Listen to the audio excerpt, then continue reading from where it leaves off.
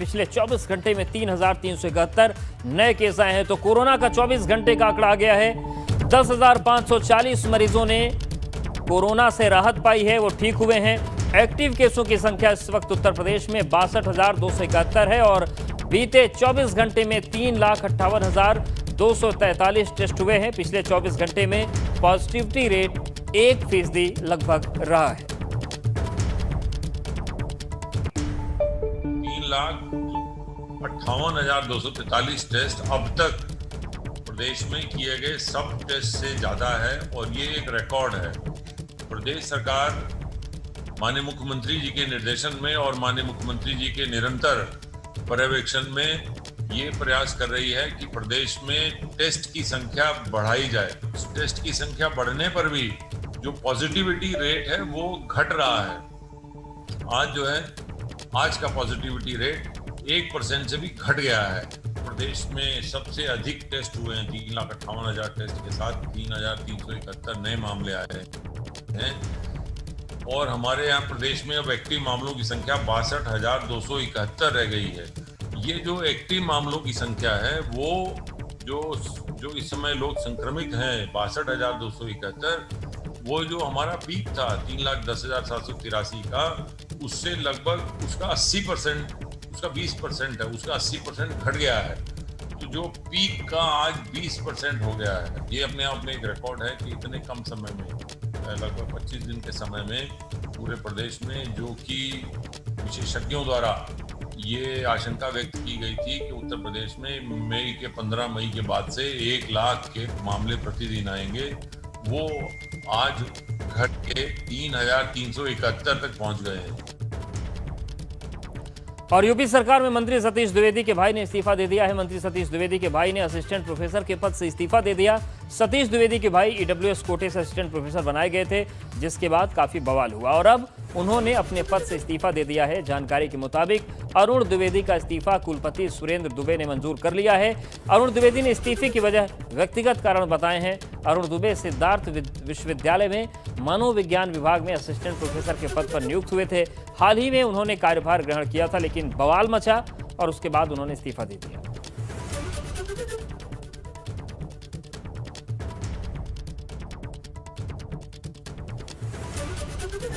इस नियुक्ति को लेकर मेरे बड़े भाई डॉक्टर सतीश द्विवेदी व्यक्ति शिक्षा मंत्री उत्तर प्रदेश को इस नियुक्ति से जोड़कर मीडिया और सोशल मीडिया में उन पर निरर्थक, निराधार और अपमानजनक आरोप लगाकर उनकी छवि को धूमिल करने का प्रयास किया जा रहा है।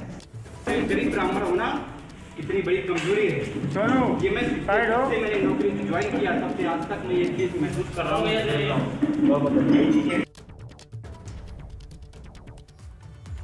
तो प्रेस कॉन्फ्रेंस से जाते जाते सतीश द्विवेदी के भाई ने कहा कि गरीब ब्राह्मण होना गुनाह हो गया है, मैं ऐसा महसूस कर रहा हूं। इधर आम आदमी पार्टी के राज्यसभा सांसद और यूपी प्रभारी संजय सिंह ने सतीश द्विवेदी पर निशाना साधा।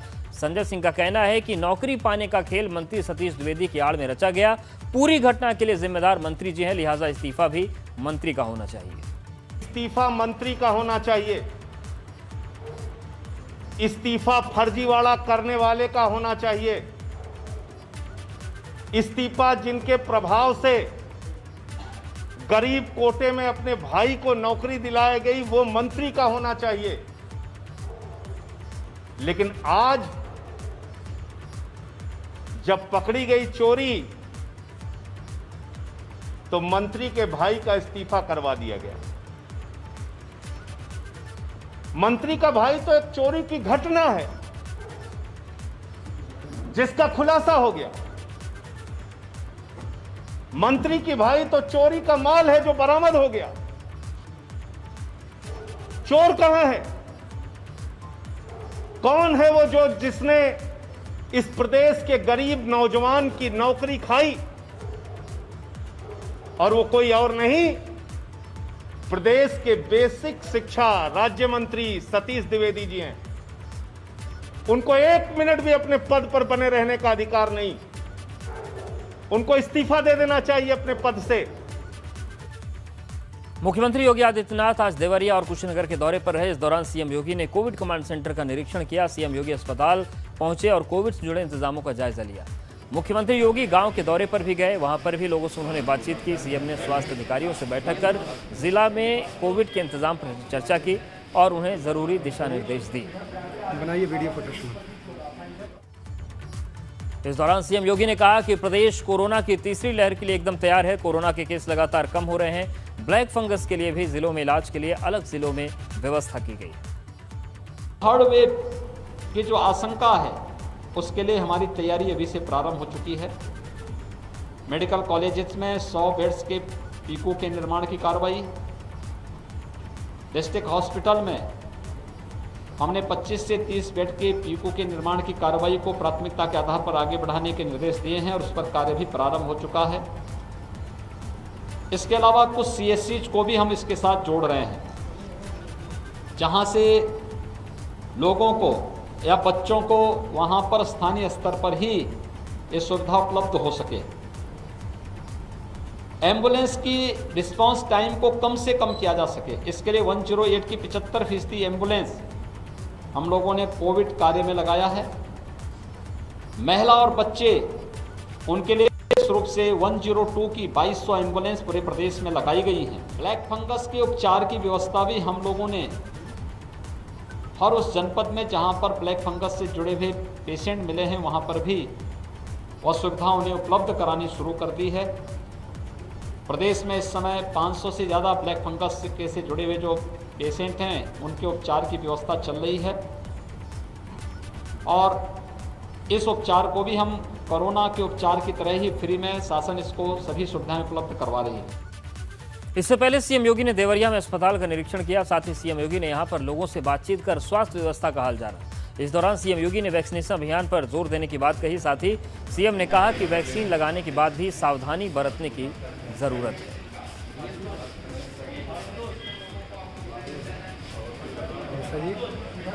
बनाइए।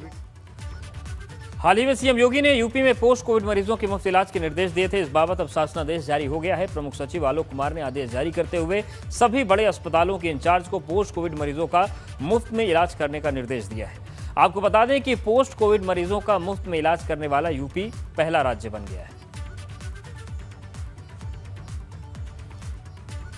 यूपी में कोरोना संक्रमण के मामले में लगातार गिरावट दर्ज की, लेकिन दूसरी तरफ ब्लैक फंगस का खतरा लगातार बढ़ता जा रहा है।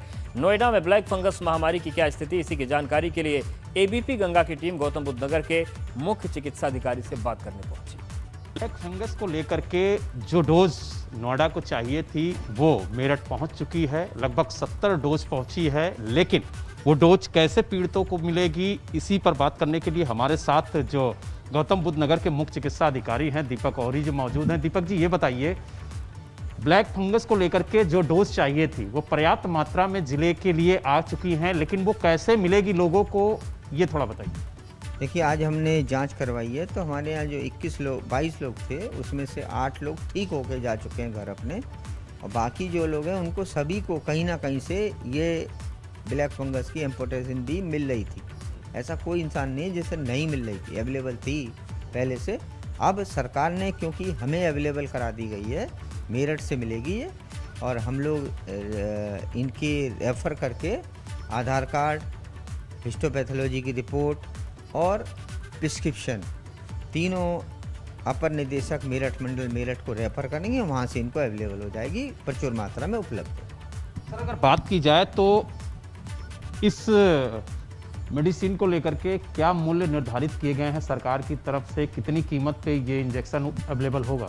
ये सरकार की तरफ से ये निर्धारित किए गए हैं कि एम्फोटेरिसिन बी जो लाइपोसोमल है वो 6000 रुपये में एक डोज मिलेगी, और जो इमल्सीफाइड है वो 1500 रुपये में एक डोज मिलेगी। यानी कुल मिला के ये कहा जा सकता है कि जो भी पेशेंट नोएडा के हैं उनके लिए पर्याप्त मात्रा में डोजेस आ चुकी हैं, मेरठ से वो ले सकते हैं। हाँ, पूरी मात्रा में ले सकते हैं, बशर्ते वो वाकई में एम्फोटेरिसिन बी की आवश्यकता उनको हो। तो आपने देखा कि जो हमारे साथ मुख्य चिकित्सा अधिकारी दीपक औरी जी थे, उनका साफ तौर से कहना है कि नोएडा में पर्याप्त डोजेस आ चुकी हैं सरकार की तरफ से, और जिन्हें भी ज़रूरत है वो उनसे संपर्क करें और वो यहाँ से रेफ़र करेंगे मेरठ के लिए, और मेरठ से ये डोज उन्हें उपलब्ध हो जाएगी, लेकिन उसके लिए कुछ कीमत चुकानी पड़ेगी। नोएडा से वीडियो जर्नलिस्ट कुलवंत सिंह के साथ बलराम पांडे, एबीपी। सिद्धार्थनगर में स्वास्थ्य कर्मियों की बड़ी लापरवाही सामने आई है। वैक्सीनेशन में स्वास्थ्य कर्मियों ने बड़ी गड़बड़ी कर दी। 20 लोगों की दूसरी डोज में वैक्सीन ही बदल गई। पहली डोज में कोविशील्ड लगाई गई थी, लेकिन दूसरी डोज जब लगाई गई तो कोवैक्सीन दे दिया गया। सिद्धार्थनगर के सीएमओ ने लापरवाही की बात कबूल ली है। तो सिद्धार्थनगर में चल रहे कोविड वैक्सीनेशन के दौरान स्वास्थ्य कर्मियों की बड़ी लापरवाही का खुलासा हुआ। कुछ लोगों को पहली डोज कोविशील्ड की और दूसरी डोज वैक्सीन की लगा दी गई। इसके चलते वैक्सीन लगवा चुके लोग डरे हुए हैं। पूरा मामला जिले के बढ़नी प्राथमिक स्वास्थ्य क्षेत्र का है, जहां पर औदही कला गांव और एक दूसरे गांव में करीब 20 लोगों को वैक्सीन की पहली डोज कोविशील्ड लगी, लेकिन 14 मई को दूसरी डोज लगाते समय स्वास्थ्य कर्मियों ने भारी लापरवाही बरतते हुए कोवैक्सीन लगा दी। इस बात की जानकारी होते ही विभाग में हड़कंप मच गया। अब एक दूसरे पर गलती थोपने की कोशिशें चल रही हैं। हालांकि ये वैक्सीन का कॉकटेल लगने के बाद किसी को दिक्कत तो नहीं हुई, लेकिन लोग डरे हुए हैं।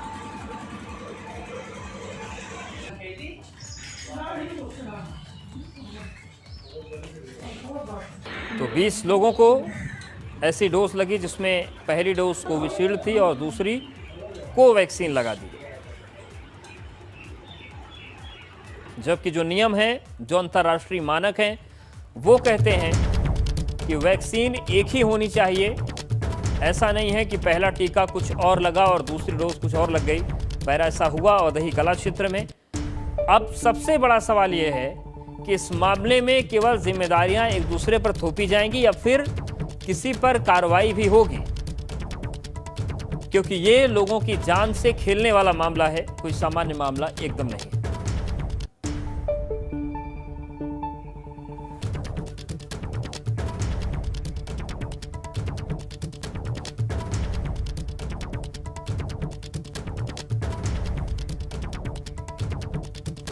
तो वैक्सीनेशन के दौरान बड़ी लापरवाही सिद्धार्थनगर में आई है, जहां पर स्वास्थ्य कर्मियों ने 20 लोगों को वैक्सीन के डोज ही बदल दिए। पहला डोज कोविशील्ड का लगाया गया और दूसरी डोज जो लगी वो कोवैक्सीन की लगा दी गई। अब इस गड़बड़ झाले के बाद लोगों में डर है, लोग डरे हुए हैं।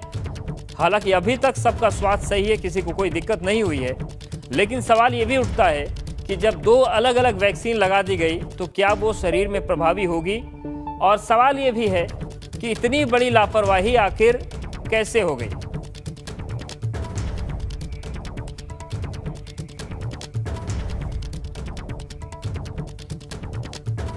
तो पहली डोज कोविशील्ड और दूसरी कोवैक्सीन लगा दी गई।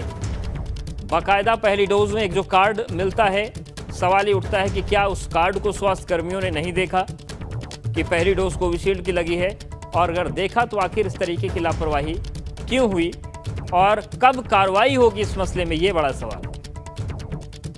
और इस मामले में सीएमओ क्या कहते हैं वो सुनवाते हैं आपको। ये चूक तो है, क्योंकि गवर्नमेंट ऑफ इंडिया का भी कोई मिनिस्ट्री ऑफ हेल्थ की कोई ऐसी गाइडलाइन नहीं है कि कॉकटेल लगे, जिसको जो पहला डोज लगना उसी को दूसरा डोज लगना। ये चूक तो है, जिसके लिए हमने इंक्वायरी ऑर्डर की थी और हमारे वरिष्ठ चिकित्सक लोग जाकर उनको इंक्वायरी की, उन्होंने अपनी रिपोर्ट दे दी है। और उस रिपोर्ट के आधार पर जिन जिन दोषी लोगों को मैंने उनको स्पष्टीकरण उनसे मांगे हैं, और जैसा भी उचित स्पष्टीकरण जो भी न्यायपूर्वक रहेगा तो हमारे स्तर का होगा तो हम उस पर अपना एक्शन लेंगे, और जैसे ऊपर की स्तर का होगा तो उस पर हम उसे अग्रसित करेंगे आगे इस तरह की कोई एक्शन। तो वैक्सीनेशन के दौरान बड़ी लापरवाही, सीएमओ मान रहे हैं कि ऐसी कोई गाइडलाइन नहीं है और ये नहीं होना चाहिए था। तो एक तो वैक्सीन की कमी है, दूसरी तरफ वैक्सीन लगवाने वालों की भी कमी है, क्योंकि ग्रामीण क्षेत्रों में लोग वैक्सीन लगवाने से डर रहे हैं, और जो हिम्मत भी करने लगवाने की, उनके साथ अगर इस तरीके की गड़बड़ी होगी तो फिर आखिर कैसे वैक्सीनेशन अभियान सफल होगा। आप देखिए, एक कार्ड में 2-2 वैक्सीन का नाम लिखा नजर आएगा। सीएमओ लापरवाही की बात कबूल कर रहे हैं, लेकिन कार्रवाई में देरी क्यों है, ये अपने आप में सवाल है, क्योंकि ये एक बहुत बड़ी लापरवाही है।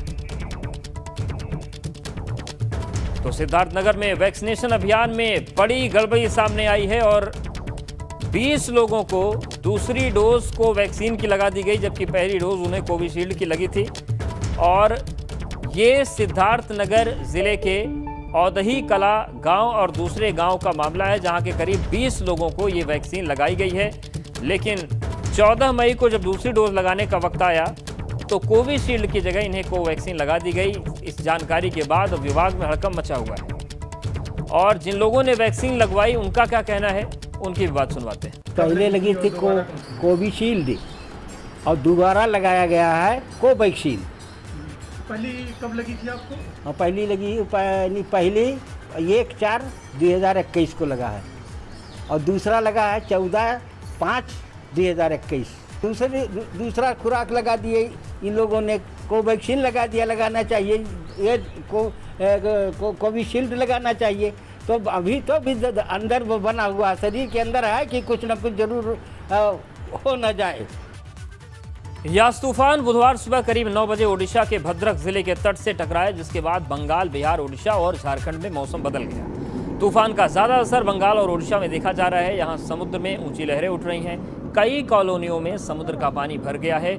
120 किलोमीटर प्रति घंटे की रफ्तार से हवाएं चल रही हैं। मौसम विभाग IMD ने तूफान के लैंडफॉल की पुष्टि की है। बंगाल और ओडिशा के अलावा बिहार, झारखंड, तमिलनाडु और कर्नाटक में भी तूफान का असर है। बेहद खतरनाक तूफान यास के कारण झारखंड में भी बारिश हो रही है।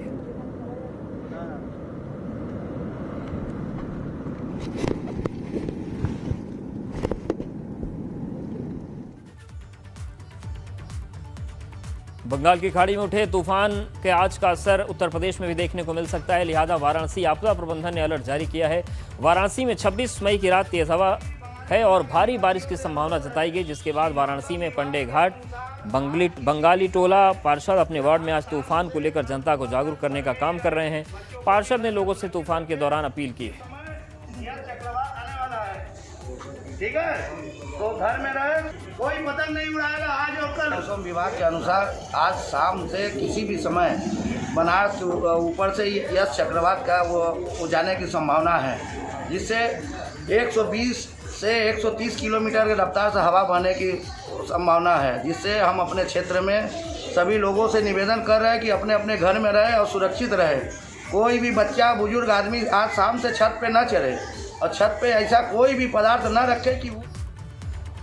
और बात नोएडा की करते हैं। नोएडा पुलिस ने एक अवैध अंतर्राष्ट्रीय कॉल एक्सचेंज का भंडाफोड़ कर 3 लोगों को गिरफ्तार किया और उनके पास से बड़ी मात्रा में SIM card, SIM box, server, laptop, CPU नकदी बरामद की है। गिरफ्तार आरोपियों से गुप्त एजेंसियां भी पूछताछ कर रही। पूछताछ के दौरान पुलिस को पता चला है कि ये लोग अरब देशों से आने वाली अंतर्राष्ट्रीय फोन कॉल को गेटवे के जरिए सर्वर का प्रयोग कर लोकल कॉल में बदल देते थे। इस तरह से लोग रोजाना भारत सरकार को लाखों रुपए का चूना लगा रहे थे। पुलिस की माने तो यह गैंग पिछले 5 साल से इस तरह का कारोबार कर रहा था और हाल ही में इसने नोएडा के सेक्टर 62 आइथम टावर में कारोबार शुरू किया। पुलिस को जब इसकी जानकारी मिली तो छापेमारी की गई और 3 सदस्यों को गिरफ्तार किया गया। नोएडा पुलिस ने एक ऐसे गैंग का खुलासा किया है जो इंटरनेशनल कॉल को लोकल कॉल में कन्वर्ट कर देश की सरकार को रेवेन्यू का चूना ही नहीं लगा रहा था, बल्कि सुरक्षा से भी खिलवाड़ कर रहा था। फिलहाल पुलिस ने इस गैंग के कब्जे से भारी तादाद में CPU बरामद किया है, डेस्कटॉप बरामद किया है और सर्वर के साथ साथ कॉल को कन्वर्ट करने में जो भी इंस्ट्रूमेंट लगते थे उन सभी को बरामद किया है। फिलहाल पुलिस की गिरफ्त में इस गैंग के 3 सदस्य हैं। बाकी सदस्यों की तलाश की जा रही है। पुलिस का कहना है कि इसी तरह से कई जगह ऑफिस चलाने की बात सामने आई है। इसका भी खुलासा किया जाएगा, क्योंकि लगातार पुलिस इस गैंग के खिलाफ कार्रवाई कर रही है और उनकी धरपकड़ के लिए लगातार छापेमारी की जा रही है। आप देख सकते हैं कि कितनी तादाद में पुलिस ने सामान बरामद किया है और इन सामान को देखने के बाद आप खुद अंदाज़ा लगा सकते हैं कि ये गैंग कितनी भारी तादाद में ये कारोबार कर रहा था। और पुलिस का साफ तौर से कहना है कि जो रिकवरी हुई है वो करोड़ों में है। फिलहाल इस गैंग में और कितने लोग शामिल हैं उनकी भी तलाश की जा रही है, ताकि पूरे गैंग को गिरफ्तार कर सलाखों के पीछे पहुंचाया जा सके।